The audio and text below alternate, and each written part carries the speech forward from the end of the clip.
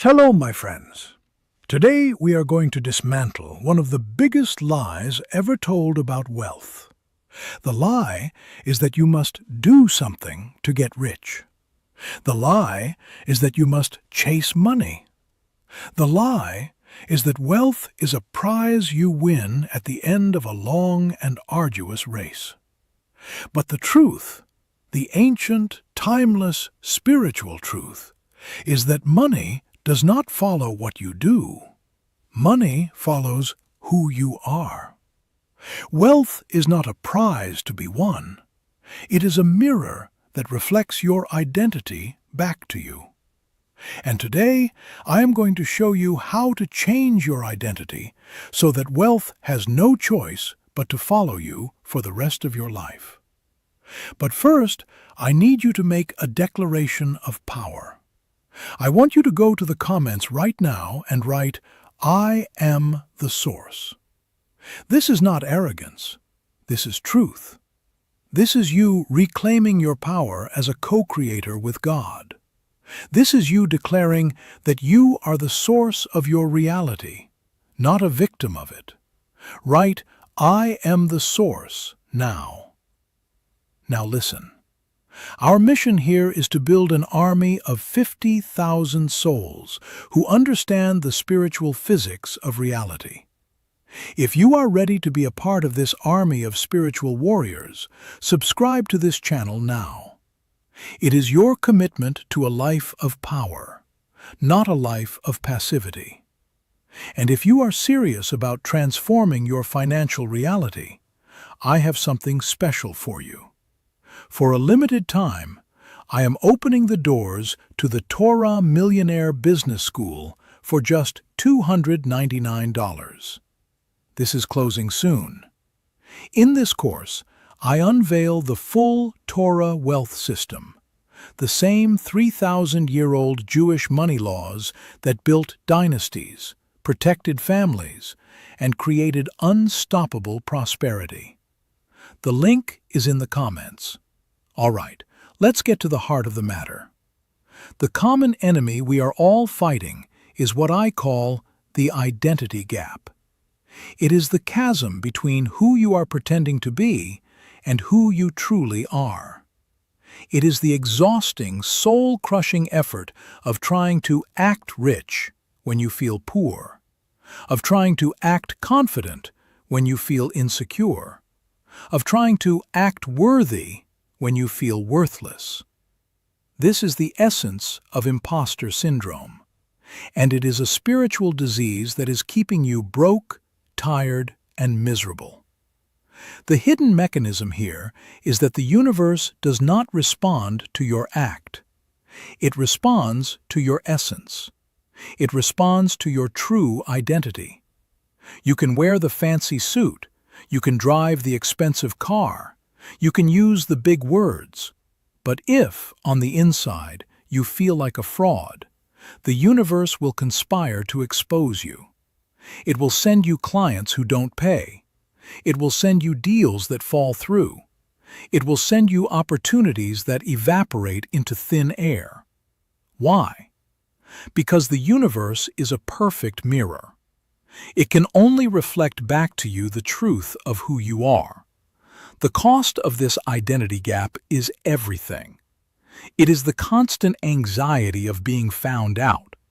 It is the burnout from the relentless effort of maintaining a false persona. It is the missed opportunities, the failed businesses, broken relationships. It is a life of quiet desperation, of running on a treadmill, of getting nowhere. It is the slow, painful death of your divine potential. I know this because I lived in this gap for years. When I first started in business, I thought that to be successful, I had to act successful. I bought a suit I couldn't afford. I leased a car that was way beyond my means. I took clients out to expensive dinners and prayed that my credit card wouldn't be declined. I was playing the part of a successful businessman, but on the inside, I was a terrified little boy, convinced that at any moment someone would pull back the curtain and reveal me for the fraud that I was. And my results reflected my identity. I was constantly struggling. I was always on the verge of bankruptcy. I was working 80 hours a week, but I was getting nowhere. Money wasn't following me, it was running away from me, because I was running away from myself. Now, let me show you the Torah's path to closing this gap, to aligning your identity with your destiny. The most powerful story of identity transformation in the entire Torah is the story of our forefather Jacob. His name, Yaakov, comes from the Hebrew word for heel, because he was born holding onto the heel of his twin brother Esau. His entire early life was defined by this identity. He was the supplanter, the trickster, the one who had to grab and scheme and manipulate to get what he wanted. He tricked his brother out of his birthright. He tricked his father out of his blessing. He was living in the identity gap, pretending to be Esau, and his life was a mess. He had to flee for his life, and he spent 20 years in exile, working for his deceitful uncle Laban. But then, one night, everything changed. Jacob was on his way back to the land of Israel, and he was about to face his brother Esau, who was coming to meet him with an army of 400 men. Jacob was terrified, and that night, alone, he wrestled with a mysterious man who the sages say was the guardian angel of Esau. They wrestled until the break of dawn, and at the end of the struggle, the angel says to him, "Your name shall no longer be Jacob, but Israel, Yisrael. For you have struggled with God and with men, and you have prevailed." This is the key. His name was changed. His identity was transformed. Yisrael means one who struggles with God. He was no longer the heel-grabber, the supplanter. He was now the God wrestler, the one who confronts power head-on. And from that moment on, his destiny changed. He was no longer a fugitive, he was a patriarch. He was no longer a trickster, he was a prince of God. Money, power, influence, legacy, it all followed his new identity. He didn't have to chase it anymore, he became it, and it was drawn to him like iron to a magnet. My personal breakthrough came when I finally understood this principle. I was on the verge of bankruptcy. My acting gig was up. The creditors were calling. Walls were closing in. And I remember sitting in my office in the middle of the night, surrounded by the props of my fake success, and I just broke down. I said, "God, I can't do this anymore. I can't keep pretending. I give up." And in that moment of surrender, a voice whispered in my soul, "Stop trying to be successful and start trying to be valuable." Let me tell you what happened in the months that followed. The first thing I noticed was that my anxiety disappeared. I was no longer terrified of being found out because I was no longer hiding. I was showing up as my authentic self, and there is a profound peace that comes with that. The second thing I noticed was that my relationships deepened. People could sense that I was real. They could sense that I was not trying to impress them or manipulate them. I was just trying to serve them. And they responded with trust, with loyalty, with love. The third thing I noticed was that opportunities started to come to me. I was no longer chasing clients. Clients were chasing me. I was no longer begging for deals. Deals were being offered to me. I had become a magnet, and the magnet was my identity. And here is the most profound part. My wealth started to grow exponentially. Within 1 year, I had gone from the verge of bankruptcy to being a millionaire. Within 5 years, I was a billionaire. But the wealth was not the goal. The wealth was the byproduct. The goal was to become who I was meant to be, to align my identity with my divine purpose. And when I did that, the universe had no choice but to shower me with abundance. Because I had become a vessel for blessing. I had become a channel for the divine flow. And it hit me like a lightning bolt. I had been so focused on what I could get from the world that I had completely neglected what I could give to the world. I had been so focused on my image that I had forgotten my essence. And in that moment, I made a new decision. I decided to stop being an actor and start being a servant. I decided to stop chasing money and start creating value. I sold the fancy car. I returned the expensive suit.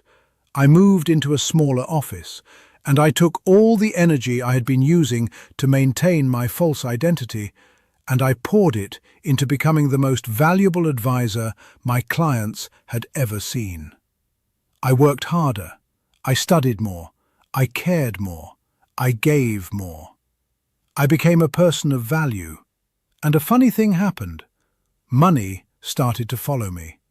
Not because I was chasing it, but because I had become someone that money wanted to be around. I had closed the identity gap. I had become Israel. Now, let me give you the practical application. I call it the Identity Alignment Protocol. It is a 3-step process for closing the gap between who you are and who you want to be, so that wealth has no choice but to follow you. Step number 1. Define your true identity. Who are you, really? Not your job title, not your bank account, not your social status. Who are you at your core? What are your unique gifts? What is your divine purpose? What is the value that only you can bring to the world? You need to get crystal clear on this. Meditate on it. Pray on it. Journal on it. Ask God to reveal it to you. This is the most important work you will ever do. Because you cannot become who you are meant to be if you do not know who you are meant to be. Step number 2. Shed the old skin. Once you know who you truly are, you must have the courage to let go of everything that is not that. This is the hard part. This is the wrestling match. You must be willing to shed the old identity, the old habits, the old relationships, the old beliefs that are keeping you stuck. You must be willing to disappoint people. You must be willing to be misunderstood. You must be willing to walk away from situations that are not aligned with your true self. This is the price of transformation, and it is a price you must be willing to pay. Step number 3.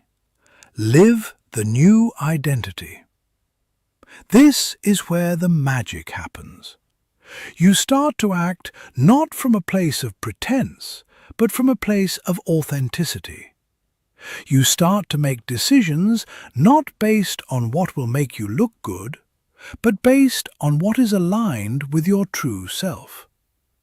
You start to speak not with the words you think people want to hear, but with the words that are true for you. You start to live every single moment from the core of your new identity. And as you do, you will start to see the world around you rearrange itself to match your new reality. You will attract new people, new opportunities, new resources. You will become a magnet for miracles. Let me give you 3 real-life examples of people who use this protocol to change their lives. Story number 1. Michael. Michael was a corporate lawyer making a 6-figure salary, but he was miserable. He hated his job. He felt like a fraud. His true identity was a musician. He had a passion for writing songs and playing the guitar, but he was afraid to pursue it. He was afraid of being a starving artist. I taught him the identity alignment protocol. He defined his true identity as a bringer of joy through music. He shed the old skin by quitting his job, even though everyone told him he was crazy. And he started to live his new identity. He started writing songs every day. He started playing at open mic nights. He started posting his music online. And a funny thing happened. A record producer saw one of his videos and offered him a contract. He is now a successful recording artist, making more money than he ever did as a lawyer, and he is filled with joy. Money followed his identity. Story number 2. Rebecca. Rebecca was a stay-at-home mum, but she felt lost. She had devoted her life to her children, but she had lost her own identity in the process. Her true identity was a teacher, a guide, a mentor. She had a gift for explaining complex ideas in a simple way. I taught her the identity alignment protocol. She defined her true identity as a torch-bearer of wisdom. She shed the old skin by letting go of the belief that she had to be a perfect, ever-present mother. And she started to live her new identity. She started a blog, sharing her insights on parenting and personal growth. She started a podcast. She started coaching other moms. And a funny thing happened. Her blog went viral. Her podcast became a top-rated show.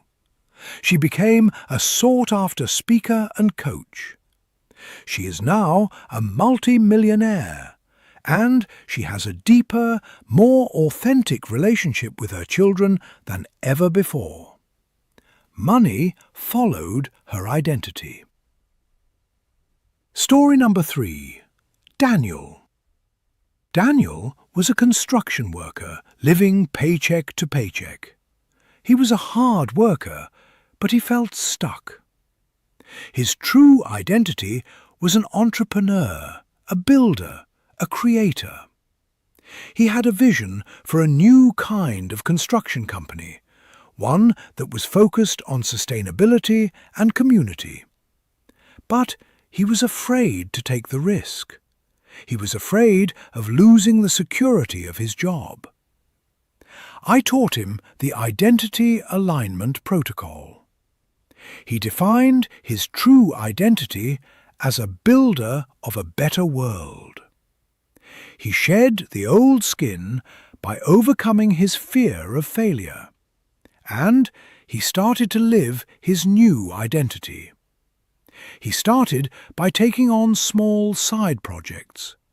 He built a reputation for quality and integrity. He eventually quit his job and started his own company. And a funny thing happened. His company took off. He attracted the best talent. He won the biggest contracts. He is now a billionaire, and he is changing the world, one building at a time. Money followed his identity. Now for the advanced application. The Level 2 hack is to understand that your identity is not just a mental construct. It is a spiritual reality. The Kabbalah teaches that every soul has a unique root in the divine world. Your true identity is your soul's root. And when you align yourself with that root, you are aligning yourself with the source of all blessing, all abundance, all power. You are not just changing your mindset, you are changing your spiritual frequency. You are tuning yourself to the frequency of miracles. Let me explain this more deeply. In Kabbalah, we have the concept of the Sephirot, the 10 divine emanations. Each soul is rooted in one of these Sephirot. Some souls are rooted in Chesed, the attribute of loving kindness. These are the givers, the healers, the nurturers. Some souls are rooted in Gevurah, the attribute of strength and discipline. These are the warriors, the judges, the protectors. Some souls are rooted in Tiferet, the attribute of beauty and harmony. These are the artists, the peacemakers, the bridge builders. When you discover which Sephirah your soul is rooted in, you discover your true identity. And when you live from that identity, you are living in alignment with the divine will. You are becoming a partner with God in the creation of reality. And here is the neuroscience to back this up. When you live in alignment with your true identity, your brain releases a cocktail of neurotransmitters that make you feel alive, energized, and focused. You release dopamine, the motivation hormone. You release serotonin, the happiness hormone. You release oxytocin, the connection hormone. You are literally becoming a different person biologically. And this new person is magnetic. This new person attracts wealth, health, love, and success. Not because they are chasing it, but because they are embodying it. Let me address the 3 most common objections. Objection number 1.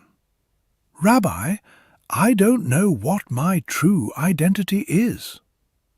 My response? Yes, you do. You have just forgotten. It is the thing that makes you feel most alive.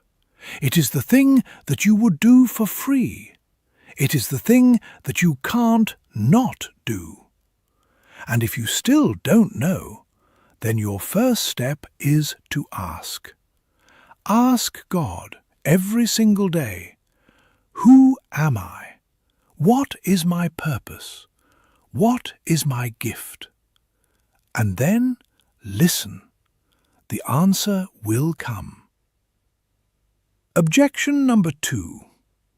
Rabbi, it's too risky to shed my old skin. I have a family to support. I have bills to pay. My response: it is far riskier to live a life that is not your own. It is far riskier to die with your music still inside you. And you do not have to be reckless. You can be strategic. You can start small. You can take one small step today to live more authentically, and then another tomorrow. The journey of 1,000 miles begins with a single step. Objection number 3. Rabbi, I'm too old to change my identity. My response: that is a lie from the Yetzer Hara. It is never too late to become who you were meant to be. Colonel Sanders started KFC at age 65. Laura Ingalls Wilder published her first book at age 65. It is not about your age. It is about your courage. It is about your willingness to say, "Today is the day. Today is the day I stop pretending. Today is the day I start living." So, here is my challenge to you. For the next 30 days, you are going to practice the Identity Alignment Protocol. Here are your 3 immediate, non-negotiable actions. 1. Define your identity. For the next 7 days, you are going to spend 15 minutes every morning journaling on the question, "Who am I?" You are going to write down your gifts, your passions, your values. You are going to ask yourself, what is the thing that I do that makes me lose track of time? What is the thing that people always come to me for? What is the thing that I would do even if I never got paid for it? You are going to craft a 1-sentence identity statement that captures the essence of who you are. For example, "I am a channel of divine love and healing." Or, "I am a builder of bridges between people and ideas." Or, "I am a voice for the voiceless." Write it down. Memorize it. Speak it out loud every morning. This is your new name. This is your Israel. 2. Shed one thing. For the next 30 days, you are going to identify one habit, one relationship, or one belief that is not aligned with your true identity, and you are going to let it go. It might be the habit of gossiping. It might be the relationship with a negative friend. It might be the belief that you are not good enough. You are going to starve it of your attention.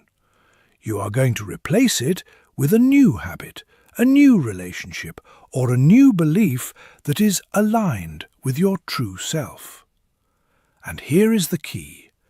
You are going to grieve the loss. You are going to acknowledge that letting go is painful, but you are going to do it anyway, because the pain of staying stuck is far greater than the pain of transformation. 3. Take one aligned action. Every single day for the next 30 days, you are going to take one small action that is an expression of your true identity. If you are a writer, you are going to write for 15 minutes. If you are an artist, you are going to draw for 15 minutes. If you are an entrepreneur, you are going to make one phone call. It does not have to be a big action. It just has to be an aligned action. You are going to prove to yourself and to the universe that you are serious about your new identity. And you are going to track your progress. You are going to keep a journal of your 30 aligned actions. And at the end of the 30 days, you are going to look back and see how far you have come.